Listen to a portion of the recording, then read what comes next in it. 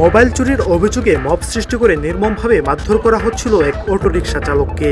খবর পেয়ে ছুটে আসেন তার বাবা। বিনয়ের সঙ্গে ছেলের প্রাণ ভিক্ষা চান হামলাকারীদের কাছে, তবু শেষ রক্ষা হয়নি। আর সেই মুহূর্তে যেন ঘটে এক ভয়ঙ্কর ঘটনা, যার পরিণতি একে একে 3টি মরদেহ, আহত 2 নারী, আর কান্নায় ভেঙে পড়ে একটি পরিবার। পহেলা জুলাই অটোরিকশা চালক বোরহানকে মারধরের ঘটনা থেকে এই হত্যাকাণ্ডের সূত্রপাত ঘটে।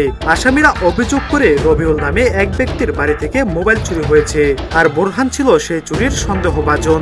তাকে বেধড়ক পেটানো হচ্ছিল।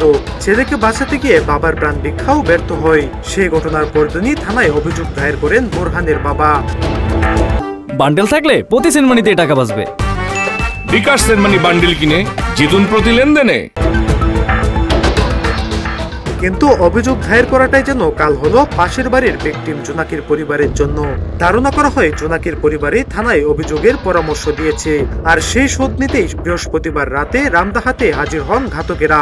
নিজ বাড়ির আঙিনায় সন্তানদের চোখের সামনে কুপিয়ে হত্যা করা হয় মাকে বাঁচাতে আসা মেয়েকেও রেহাই দেয়নি তারা। কিছুক্ষণ পর ছুটে আসেন ভাই রাসেল। তাকেও চলন্ত মোটরসাইকেল থেকে নামার আগে কুপিয়ে ফেলে রাখে রক্তাক্ত অবস্থায়। এরপরই তদন্তে নামে র্যাব। তথ্য প্রযুক্তি এবং গোপন সংবাদের ভিত্তিতে অভিযান চালানো হয় রাজধানীর বনশ্রী ও কুমিল্লার হায়দ্রাবাদে। ধরা পড়ে একে একে 6 আসামি। র্যাবের জিজ্ঞাসাবাদে হত্যাকাণ্ডে জড়িত থাকার কথা স্বীকার করেছে আসামিরা।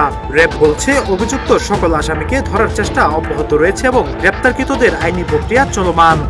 মানে একই পরিবারের 3 জন সদস্য নির্মমভাবে নিহত হয় এবং একটি মব কর্তৃক এই ঘটনাটি থাকে। সেটারই 6 জন আসামিকে আমরা অলরেডি অ্যারেস্ট করেছি। আল সাদি, ইত্তেফাক, ঢাকা।